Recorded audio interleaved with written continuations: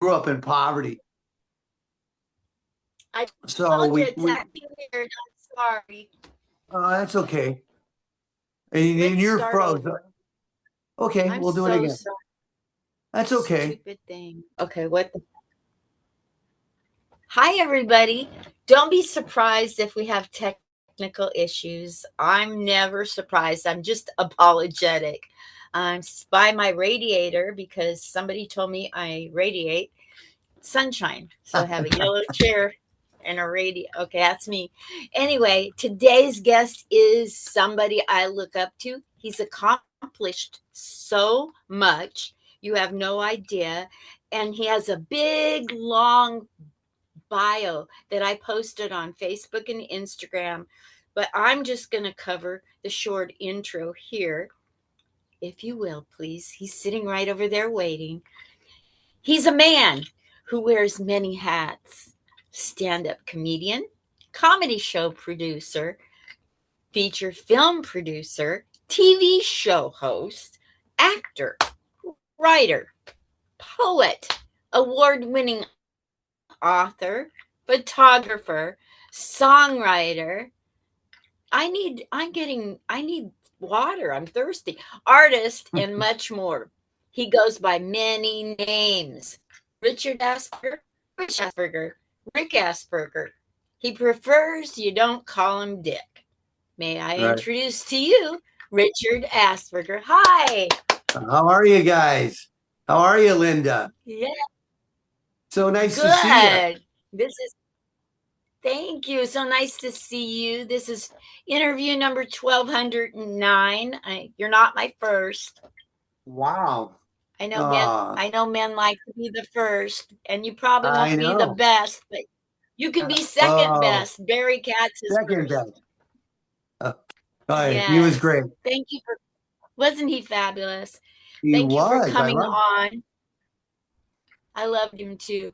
I know that you told me before we went live that you take your granddaughter to school, and I just think I might want to start there. Now, among the things you've accomplished that I just read, you have pretty much had the responsibility of a granddaughter most of her life. And I just want to tell you, I noticed that, and I just want to acknowledge you for the commitment. Well, thank you. It's And I amazing. know a lot of your viewers are probably going, "Hey, he doesn't look stable enough to be a grandfather." But stability is not a requirement. Trust me. Stability not required. Not What did they say? Battery not included. Right. Stability not included. Right. Yeah, it's So been a real gift. I want to talk. Go ahead. Go ahead. I was going to say it's been a real I gift hate to be able to raise her, and she's a wonderful person, and I hope that along the line I teach her some stuff. Persistence. Yes, you will. I hope that's something Barry Katz talked about. So Hmm. let's go into you growing up as Little Richard Asperger. Well, the reason, well, growing up, little Ricky was kind of interesting. I grew up in poverty, and it's interesting that you would want to, start there because it's really shaped who I am. We grew up very poor. My dad was an ex-con, and it he had his value system, and my mom had a value system, and if it was tricky growing up. I grew up in Cleveland for the first 10 years, and it was tough, and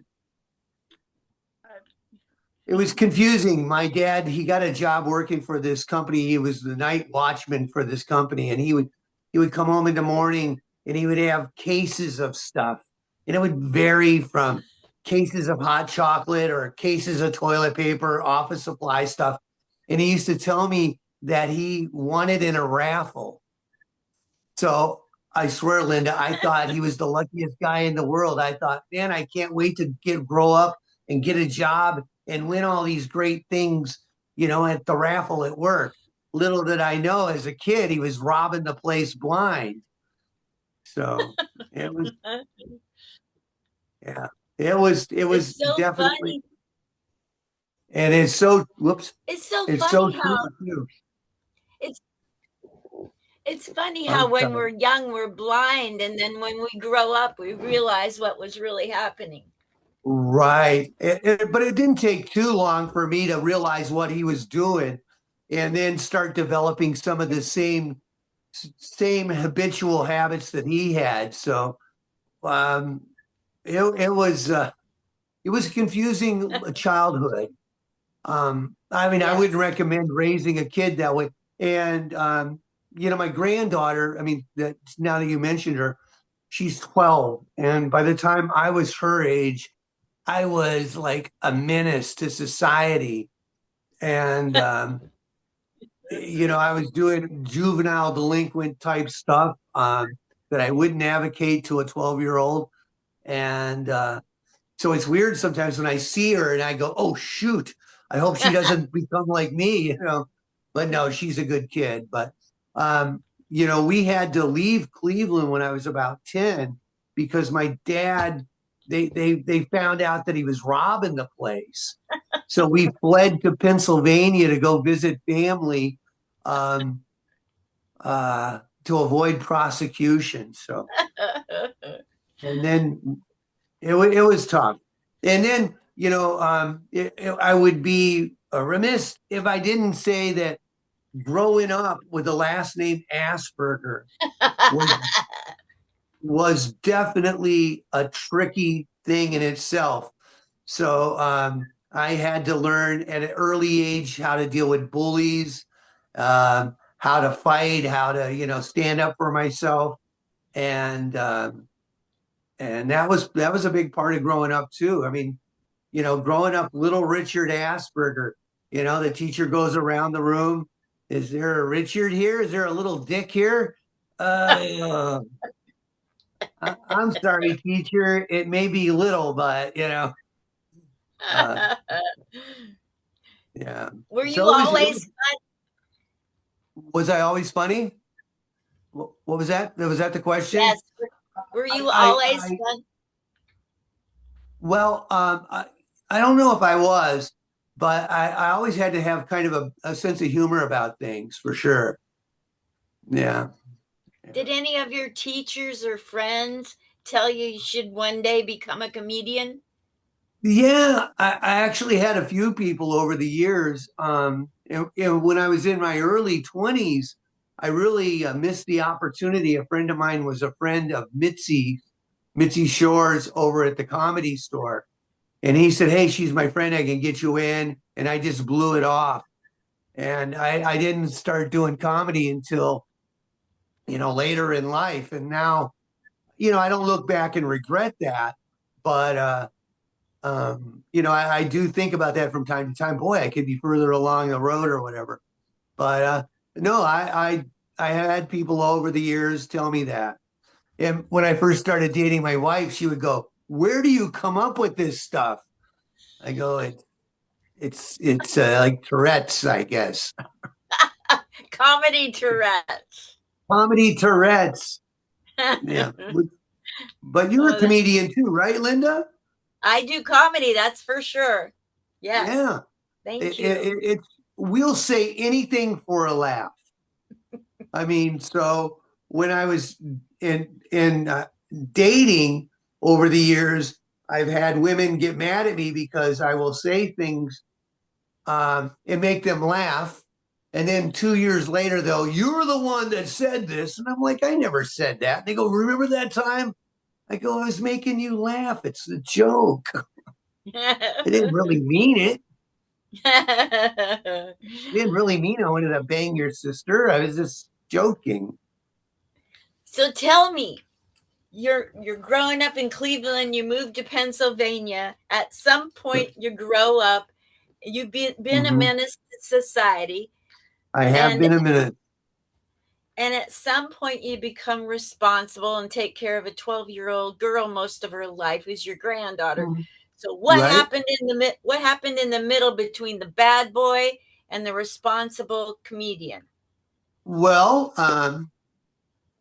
not to advocate drug use, but one time I was taking multivitamins one time, Linda.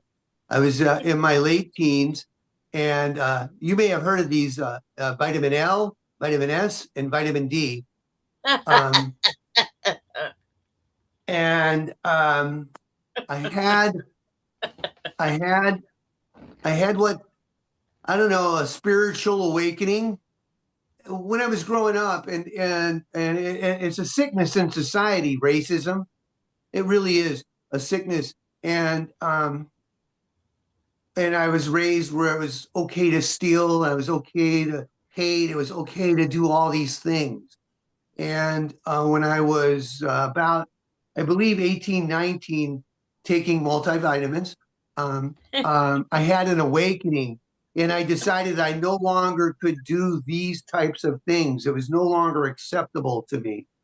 So, so I had a big shift in who I was as a person when I was 19 or whatever. But it didn't mean that I didn't realize, and I turned into like a saint or something. I just certain things fell by the wayside, but then I had other things that didn't fall by the wayside, like my love for a good time. So, and a lot of times, good times include multivitamins or the wacky tobacco or adult beverages, and that kind of sidetracked me for a long time because I enjoyed the good time. I used to think, well, they'll make a beer commercial about me when I'm, you know, because I enjoy the beer. But little did I know, it took me a minute to kind of to get over that hump. So that was a big part of, you know, becoming, uh, you know, a, a young adult, the transition period. Um, because as I mentioned, my dad was a crook, and a lot of that baggage just fell along with me, and so um, I really kind of rejoined society a little late. I joined society again in 1996, if you will. I kind of put all the damaging stuff that I was doing away, and and life really kicked into high gear at that point for me. Um, I landed a job in the aerospace industry, um, uneducated, um, no skills. Landed a job in an aerospace company and as a sales guy, little manufacturer in the aerospace industry. And and I learned, I got this little goatee, and I learned back then when people would ask me, like aerospace type questions, like how does this work? And I just rub my thing. Well, I'm not really. Let me get back to my engineers, and I'll get back to you on that one. But but I was able to grow in the aerospace industry. I retired some time ago. I'm still I have friends that respect me and in that industry, and it was a good thing. It afforded me the opportunity to travel the world, meet people, grow as an individual, grow as a professional, learn some of the tenacity that it takes to get the job done, and learn the steps to get a job done, and develop the techniques to say, okay, I can sit down. This is the project. Let's complete it and get it out the door. So it was a big deal. Uh, like from 19 to 34 were kind of the wayward years. I mean, I got married, I got divorced, I got this, I got that. And but in 96 is really when, for me, that's I think AD, let's see, 1996 AD, after drinking. Yeah. Yeah. That's And funny. So that's where kind of life started happening for me, and I started to, like I said, I out of the blue. I mean, landing a job in the aerospace industry was, and I worked my way up. Started as a sales manager, got out of the business as vice president of, more sales and marketing. So, pretty good deal. And Oh, and then after that, I started looking at, I did, I wrote, when I was, um, during that period between 19 to say 34, I started doing, I started writing poetry, if you will. And I'd start writing these poems. And a lot of times I'd try to hustle them as songs, try to get people to use them. And so I had like this thick notebook of songs. And then during that period, um, mhm. I started to become homeless a lot. I would be couch surfing, and then people would finally get sick of me and they go, "Man, you got to bounce, man. I didn't know you were going to think you were moving in." And so I became homeless quite a bit. But I continued to write those little things. And uh, my sister somehow she ended up with my notebooks. And in 1996, she gave me back my notebooks. Um, the all these poems. And then I started back to 96. I'm in the aerospace industry. There was a downturn in one of the companies I was working for. So I was temporarily out of work. So I would walk around, and this is when digital cameras first came out. And I would walk around and I started taking pictures of homeless people's shopping carts. And just for no reason, it just became like, okay, this is what I'll do. And because I know I mentioned I was a photographer and I was a poet. And it's right there. I started just taking these pictures. And so me and my wife were on vacation now. Um, Skipping ahead, we were in Moab, Utah. I don't know if you're familiar with Moab. The Arches National Park is not too far from there. It's a gorgeous country. And I woke from a dead sleep on vacation, and I said, combine those shopping cart photos with those poems. So I started to, I got home. As soon as we got home from vacation, the wife is unpacking the car. I run into the computer. I look at the photos. I grab the notebook. I started comparing the photos to um, the poems. And next thing you know, I got enough to do like a poem, a book. And if you'll just give me 1 second. Sure, I'm gonna get a seltzer. I'll be right there too. Don't you Okay. worry. All right. I'll be right there. I had to grab my Yeah, I got, bottle. Seltzer water. there you go. This But this the interview end is was, brought to you by Dollar Tree. oh, there you go. And so I combined the poems with the photographs that I was doing, and I said, "Oh my God, this is a book." Um, so I sent it out to only about a dozen publishers, and a publisher got right back with me and said, "Hey, we'd love to publish the book," which is here, LA a la carte, and it's a collection of poems and photographs of homeless people's shopping carts. Each one is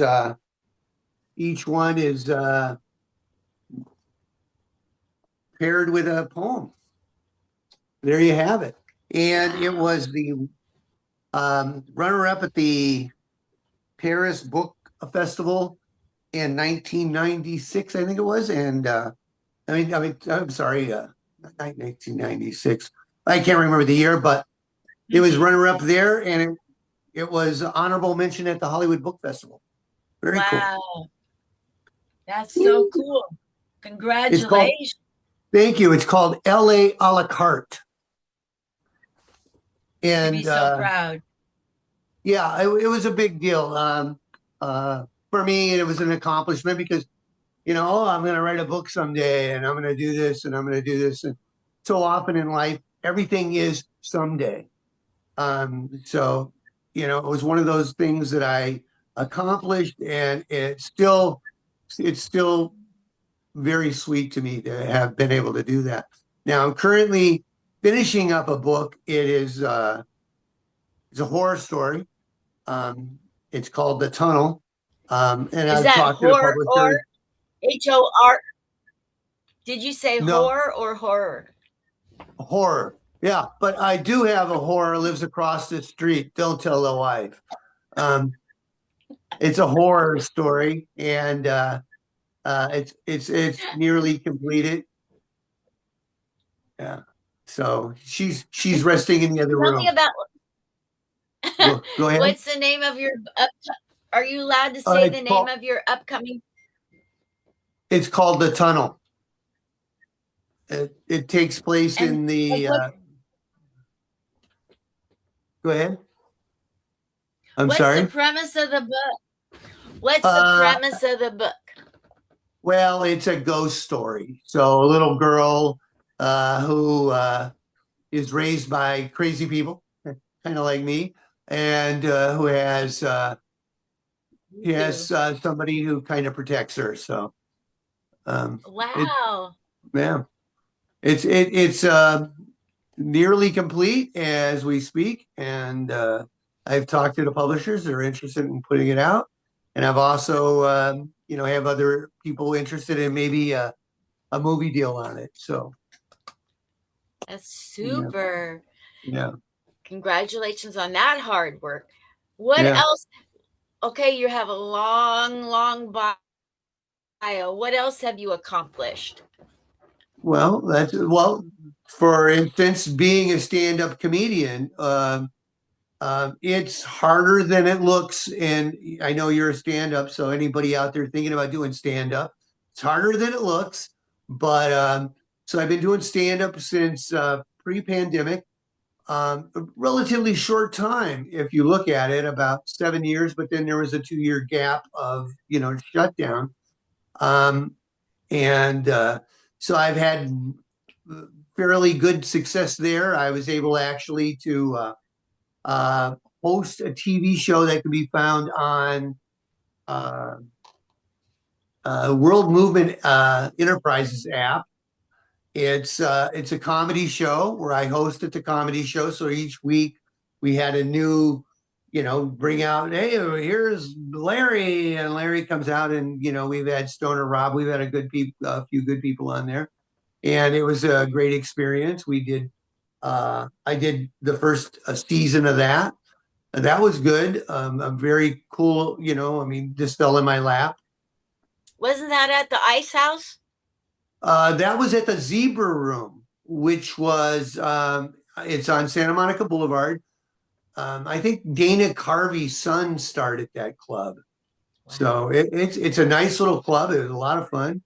The Ice House. Now, I produce a show at the Ice House with my partner, Old School, and it's called Old School and Asperger presents a night at the Ice House, and I think that's where we met. One of those shows, right?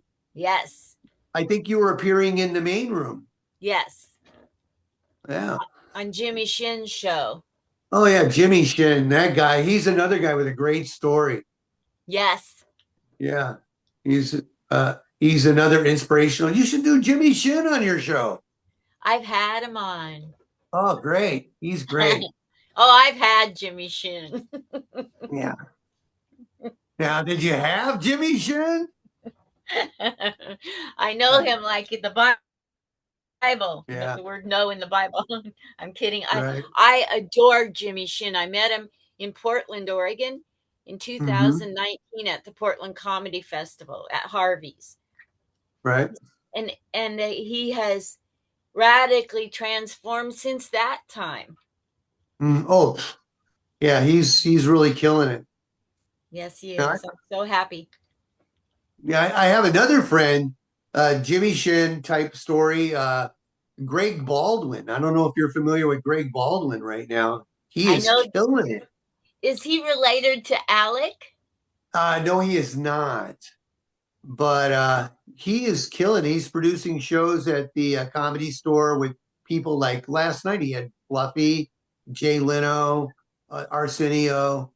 So he's tearing it up. So yeah, That's so so these are great. my role models: Jimmy Shin, um, Greg Baldwin.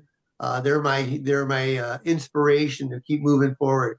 So yeah, I'm Abs- producing a show at the Ice House, and and working towards those goals of So you greatness. are presently producing at the Ice House? Yes, presently. Yeah, yeah. Awesome. And what else am I doing right now? Oh, I'm the executive producer of a found footage horror film coming out in June, I think it is. I'm limited to what I can say on this one because they want to do a big announcement. But we have one of the horror film mavens on there. In there, we have another actor that's been around for decades. It's very popular, and so it's exciting right now. It's an exciting part of I life. saw those I saw those names and I was like, "Wow, that's so Yeah, cool." yeah, it's really cool. And I'm working with a friend of mine that we've been collaborating on with for a while on different projects, and she's a wonderful director, Jules Burdeck. She's had a couple of big things out. She did a Disarm Hate documentary. She did, oddly enough, she has a documentary out called My Life with Asperger. But it's not about me. It's about somebody who's actually have Asperger's.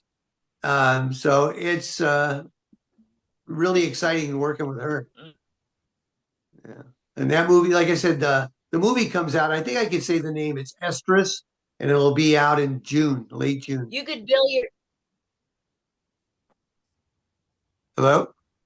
I lost you there for a minute. What'd you you say? could you could bill yourself as Asperger the comedian. Yeah, Asperger the comedian, right? Yeah, people used to ask me all the time. They'd say, "Man, because I didn't know that there was a syndrome." So for years, people would come up to me and go, "Hey, man, are you on the spectrum?" I'd be like, "Yeah, I get basic cable and internet from them." So I had no idea until 10 years ago that it was a syndrome. I didn't know. But since then, I did find out some stuff about it and, how it was, founded by a guy in, unfortunately, Nazi Germany at the time. But some, somebody named Asperger discovered it and blah, blah, blah. Yeah. Yeah. Well, you could have had a worse name like Munchausen might not exactly be fun Yeah, either. Munchausen. Yeah, but the thing is with my name, the first name is Richard, and it's got that nickname, right? Dick. So Dick Asperger. This sounds like something you get after a Diddy party when there's no oil. I Um, figured out a really good job that P. Diddy could do when he gets out. what's that?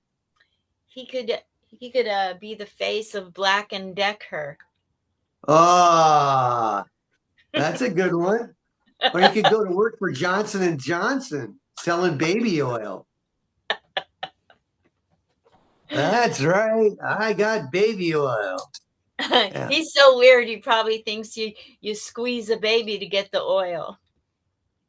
He probably is. He probably does think that. But isn't it funny? We live in a society now where we build everybody up and then we tear them down, Yeah, and and some people deserve tearing down, that's for sure. But yeah. it's a weird society. So got to be politically correct. You got to be And this. You we got to be that. We Man. white people have to be careful not to poke fun. When we're punching up to black people, it can still be perceived as punching down. Right, right. It's a weird Well, thing. yeah, right. Even if And we're like I said, I grew up in a household to where it was acceptable to do that, and racism. And when I finally, got my own place and my family came over to my house and they started doing it, I'm like, whoa, sorry, when we're at your house, you can do it, but when you're in my house, you can't. But, comedy is, if I could touch on that just for a minute, if you go to a comedy show out there, boys and girls, it is a funny kind of minefield out there because certain comics can do it, race that is, they can, make it I don't want to say it's not Mark Norman, it's oh, I can't think of his name right now. He just does Bill that's Burr, his no, no, no, no. I'm sorry. There's this one guy. That's his bit the whole time. That's all he does is race jokes. Gosh, and I can't think of his name. Anyways, but yeah, it's a funny place. The comedy world. You got to be, you know, uh, some people are what do they call it? Political comics. So you're bash the Republican or bash the Democrats. The liberals are so lame, and the Republicans are so this. But to me, I always think, well, you're alienating half the room when you do that. Like I hate Trump so much, and then somebody's going, I love Trump. You're not funny. So I do more self facing humor myself. You know, I stay out of that stuff. so do I. So do But I. I you're right, hate though. politics. I spell politics POLY dash TICKS. Wow. Yeah, it is a Not even tricky. It's tricky, I tell you. It's tricky. We have, I don't know about there in New York, but we have a big election coming up in June 2nd, the primary for governor and for mayor. Uh, uh, it's tough. So you turn on the TV, that's all you see is advertisements. It's nice to see you know people what's are going to involved. happen. What's that? One of these days, one of these days, we're gonna we're gonna vote into office. We're gonna elect somebody into office who's an AI robot, and we don't know it for their first term, and then we find out. Oh, that would be something. You watch. We're a bit older, me and you, and there were tattoos when we grew up. Somebody would have a tattoo of a rose and put his girlfriend's name on there. But nowadays, people are tattooing themselves crazy, right? I mean, to each his own. But the face tattoos, the neck tattoos, big 666 right here on their neck.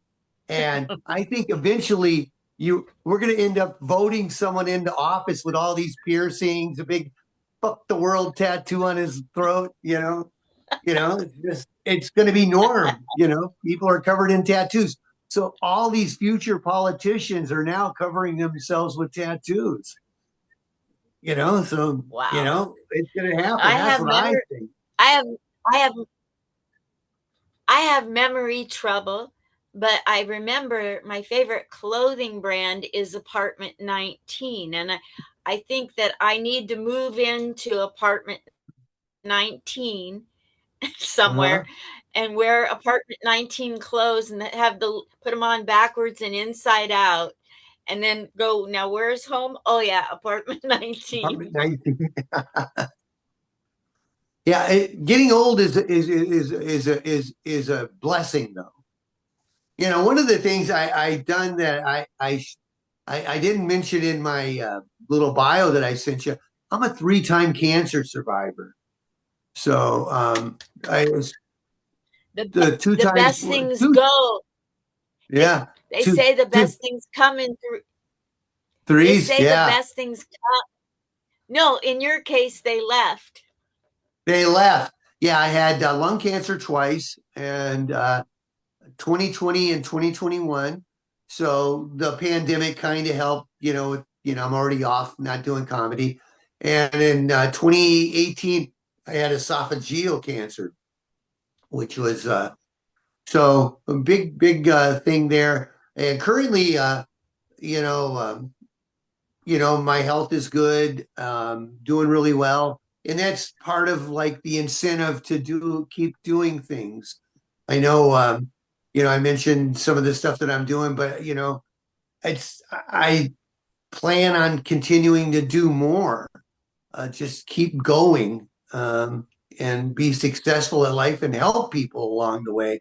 I feel like I've had some insight, growing up wayward, having, my parents and my family weren't bad. So I don't want to say, but, back then people just had different values and people looked at each other differently back then. But, so I want to continue to grow and share with people, the opportunities that are out there. So, it's one of the things I'd like to Richard, is continue to there do. anything, what are some things that you haven't mentioned that you've accomplished? Have you touched on everything? Uh, well, I don't know if I touched on everything, but I know that some of this stuff is I like to think you are when you say you are. Oh, you're a poet. Oh, really? You suck. Well, you're a poet when you say you're a poet, and then you get published. You're a stand-up comic when you say you're a stand-up comic. A songwriter when you're a songwriter. I wrote some songs with some friends, and they're going to be, part of the soundtrack for the upcoming movie. I've been approached to do artwork for people. I've done some album cover artwork for some independent bands back in the 90s. I've just a bunch of stuff. I mean, it's just so hard to think about. Well, I did this and I did that. Yeah, and no one likes somebody who goes, oh, that's nothing. You know what I did? I did this and I did that and I did this and life's not a pissing contest, but when I was sending that bio over to you, I'm like, it looks like you're a bullshitter. You really did all that. You really did that stuff, kid. I think you're full of crap. But yeah, when something, what I mean. How about you out there in Yes. Zoom land? Nobody likes a bragger. Oh, screw that guy. Oh, Okay, don't. here's what I want you to cover before we sign off and you tell us where to catch you and where to follow you. Before we get to the end of this, I want you to give a couple life lessons and tips to up and coming comedians. Well, the first thing I would tell an upcoming comedian is don't quit, because it gets a little rough, because you think you know what funny is, and there are some people who just are naturally born funny. There are just certain people that they walk into the first club and they become an overnight success. For most people, it's not how it works, and you're gonna bomb. You're gonna suck. It's gonna feel ugly sometimes, right? It does. It sucks sometimes, and don't quit. That's my advice for comics. And be honest with yourself, and look at other comics, see what works for them. Don't steal material. Um, uh, you know, uh, that's a toughie. Hey, a funny story though. I wrote some jokes for a friend of mine, right? And this is a funny story. So we do this show. My friend goes up. The jokes I wrote for him were like the highlight of his set. And my friend, another friend out front of the club, and my friend goes, "Oh, I really liked when he did that joke." And I said, "Oh, I wrote that one for him." And then my friend who had just got off stage comes out, and my buddy goes, "Yeah, that joke really killed. And then my other buddy goes, yeah, Rick told me he wrote that for you. Like, oh, you're not supposed to rat me. Because then it kind of let the air out of my buddy, and it was awkward. But don't quit. If you're a stand-up comedian and do a lot of open mics, be honest with yourself and keep going. And that's what I would say to stand-ups. How about you? What would you say, Be Linda? I know it. somebody who is, no matter how big comedy makes you today, tomorrow it could all be over with. A flash in the pan, or it could last a long time. So stay humble and don't be nice to people because someday they could do something for you. Be nice to people because you're a nice person. And if you're not a nice person, go clean up your karma so that like Richard is talking about how he cleaned up his karma. Good things will come to you if you clean up your karma and you keep it clean. Right. I've had friends who I see treat people below them a little rough. I mean, just because, like you said, it's a flash in the pan. You're here, then you're there.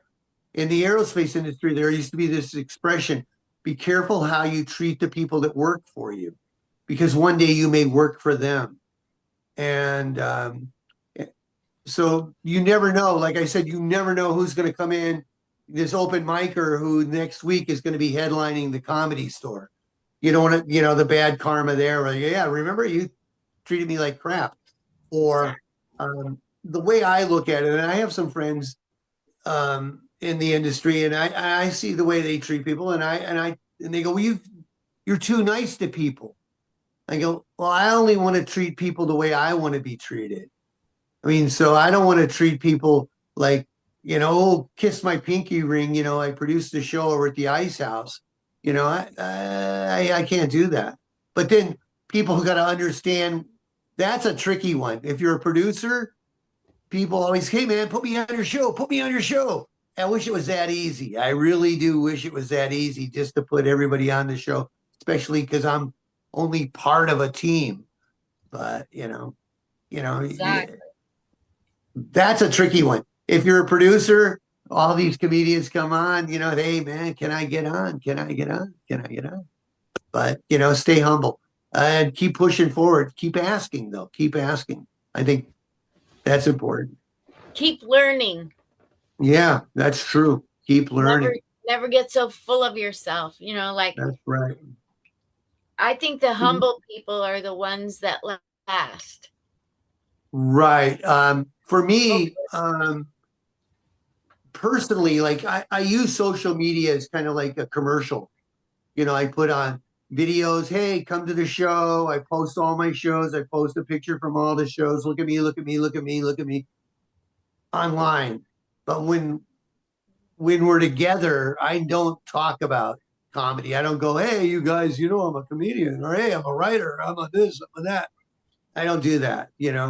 I'm more interested in what you're doing. It's what's going on with you. I don't, because we, like we said, nobody likes that guy. Hey, you know what? You peon or something. Screw you. Nobody Exactly. likes it. So treat people Exactly. nice.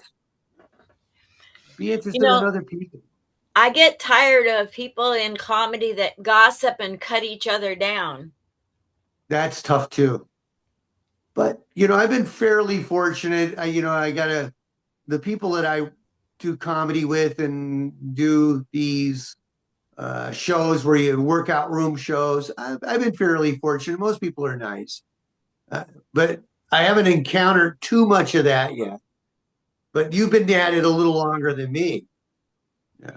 Well, I've only been at it since 2014. Oh, So okay. not that much longer than you.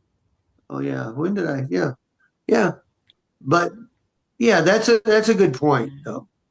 Be nice to people. Don't Yes. backstab. Don't backstab. Don't I've backstab. had, Like you said, look for something that everybody's doing that works for them.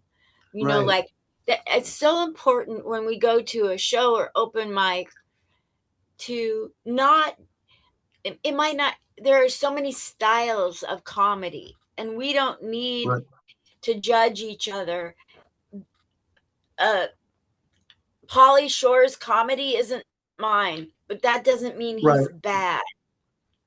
Right. That kind of that kind of stuff.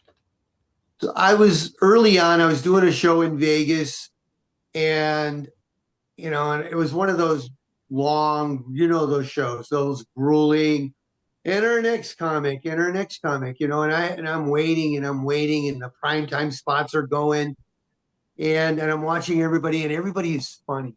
Everybody has got their own, like you said, their own lane. And I and I was sitting there and I was just so nervous. And I just told myself, just stay in your own lane. Don't worry how funny these guys are. Don't worry that you're not going to measure up. Just stay in your lane. You have your stuff. And then when it was my turn to go up, I don't want to say I killed it, but I got the laughs, the consistent laughs all the way through the set. And then it just reminded me, see, just stay in your lane. Don't worry what they're doing. Don't worry what they're saying. Don't worry about, you know, what's going on, what their subject matter is, or I don't approve of that subject matter. Stay in your lane. That's an important tip. Yes. Stay in your lane. Don't worry, about that stuff. And They're if you're going to supposed to be call, funny. Go ahead. yeah, I have a tip. If you're going to call me an old lady, make it really edgy and funny, because I'm sick and tired of being called a golden girl. Ah, dig deeper. You're going to have to come at me with something better than that. yeah, I did a guest spot the other day, and it was funny. Fraser Smith. Yes. He's an older comic, but I mean, he's been around since he was in, you know, forever. He's an LA radio icon too. Anyways, I'm doing a show the other night, and the guy's going, "Well, here's another old." He said he said he was 80. He's not 80, but anyway. And then he goes, "Here's another old guy," and I'm like, "I'm not that Oh, old." oh, so Yeah, terrible. but it was funny. I was like, how we're perceived though is it's not our business how we're perceived. Our business is to suit up, show up, try to have some punchlines in that set, and that's the important part, you know. Right.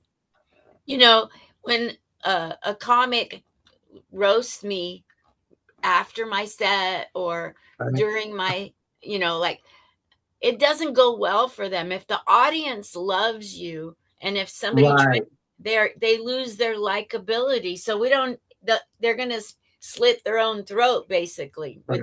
with that. Well, I do the bit on being Dick Asperger, right? So it's part of my set. It's my name, low hanging fruit. And so a lot of times the host will come up after I give it up for Dick, or whatever, it kind of works. But did I give you one of those stickers, those Asperger stickers? Let me see if I have one in my pocket. I'll show your audience there for a minute. I see if they can see this.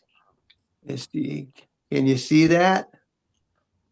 That's a Dick Asperger right there for you. There's your Asperger. Yeah. Oh, I created those myself, by the way. That's my design. Speaking of being an artist, you know, Absolutely. Absolutely. Do you make logos for other people? I have in the past. I have, but I haven't done it. In the past, I have. I haven't done it recently. But yeah, I'm more in. I've I've I've done a lot of stuff for other people. A friend of mine was a lawyer and he was coming up with a business, and his business was to help people get their records expunged. So Yes. I came up with the whole logo and ad campaign for him. Um, So that was a big deal, and it was I used the keyboard pad, Control Alt Delete, What? That's control your future, alter your past. I forget now. It's control your life, alter your future, delete your past. That was so that way you get your felonies expunged and have a better life. Yeah, I came up with the logo, the ad design, and all that for that. Yeah. how's his That how's his business going? Well, he ended up retiring because he had health issues, but yeah, it was going very well. It was a great thing. It's an underserviced because so many people. I volunteer at jail. That's right. I go to jail like once a month at least, and I tell people, "Come on now, or you're going to end up like me." And but so many people in jail I meet are people like us who just messed up. Now, granted, there are some messed up people in jail, but so people who have just messed up and made a mistake, that felony will haunt them. Yeah. When you go to apply for a job or something. So having a service like getting your felony expunged is a big deal. I So know yeah, a yeah. lot of people that would like to have their felonies expunged in the veteran community.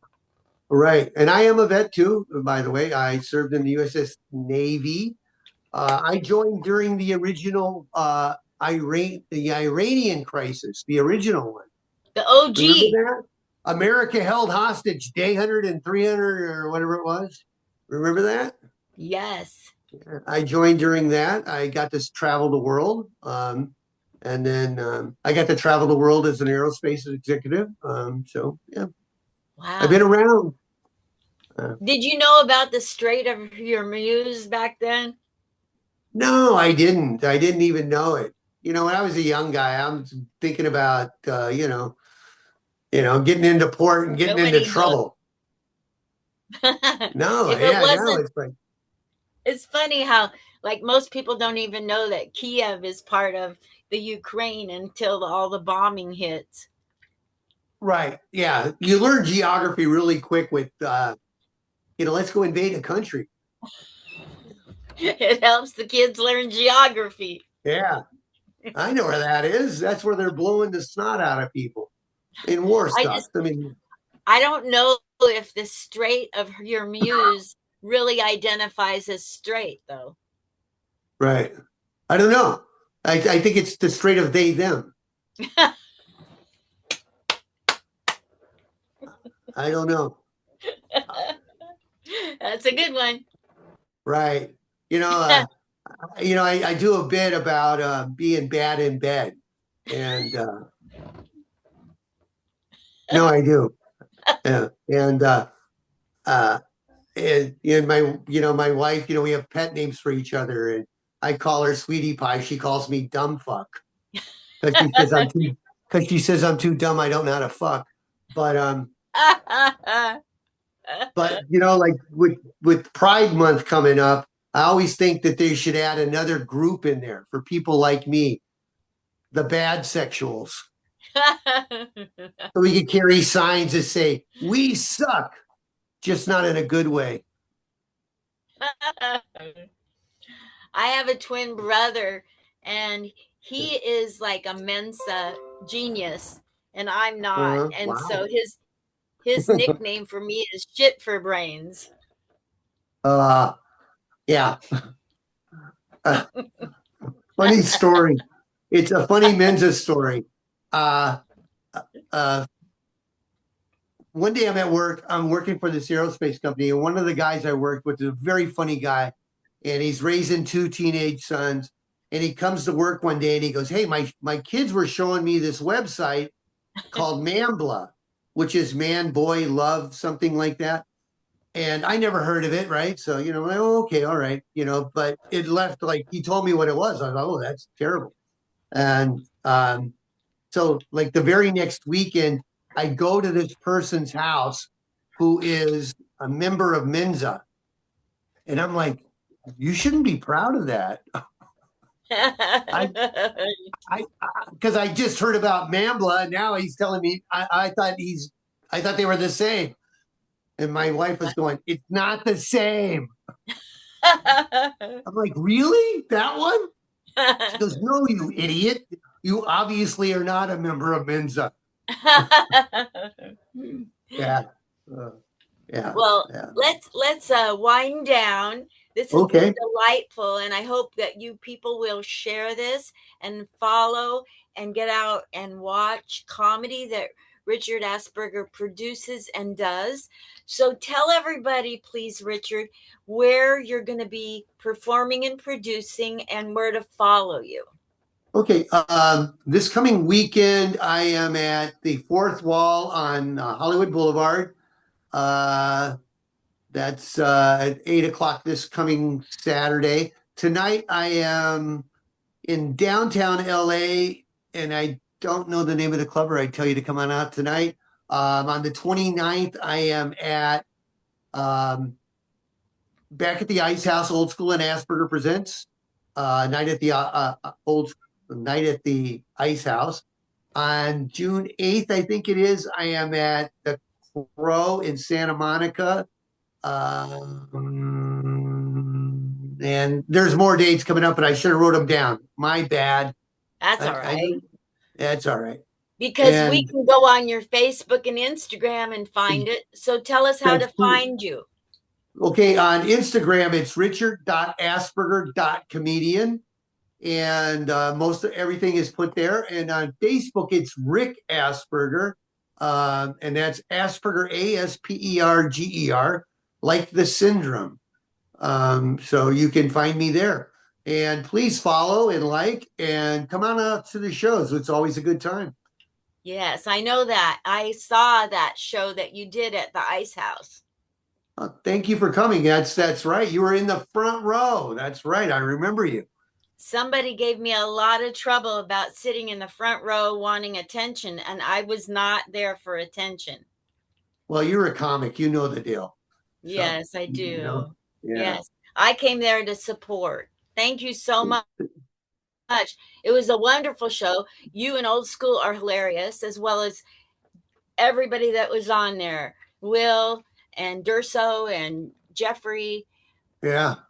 Jeffrey Peterson. Peterson, the 420 comic, my good buddy. Yeah. Yes, He's a great guy. I love Jeffrey. he's deep. Yeah. He can Yeah. go He deep. is. Yeah, he is. Yeah, I love all when he gets into these conspiracy theories. You can't stop him. Right. Yeah. He's a good guy. He is a good guy. Thank you so much, Richard Asperger. I'm going to upload this and send it to you Okay. and ask you to share it on your I social will. media pages. I certainly will. Thank you I so much. appreciate. Is there anything in closing that you would like to say to anybody watching? Sometimes we don't get comedy people watching. Sometimes, a lot of times we do. Bookers, club owners, agents around the country. Anything you want to say? Well, I am available. If you got dates, I'll be there. Have jokes, we'll travel. And as I mentioned earlier, hey, if you're having, deal with cancer or any life-threatening stuff, keep a good attitude. Don't wallow in the mire. Stay positive. You'll survive. Three-time survivor. Wow. Yeah. Thank you so much. And thank you for serving in the Navy. Thank you so much, Linda. It was a pleasure. Thanks for having me. I have a show coming up in Phoenix. If I get a cancellation, will you take a spot? Sure. Okay. When I'll is take it? I'll be there. Okay, it's going to be September 12th. If I get a cancellation, you're in. I appreciate you so much. I got people in Arizona too. So. It's a military show, so. Oh, that'd be great. Fantastic. I got some funny military stories. Oh, I hope somebody cancels. Well, let's hope it's not. Hopefully, it's for a good reason, not a bad reason. All right. Yes, All right, Linda, absolutely. so Thank you much. so Thank you much. so much. What a pleasure. Thank you so Bye bye. Likewise. Bye.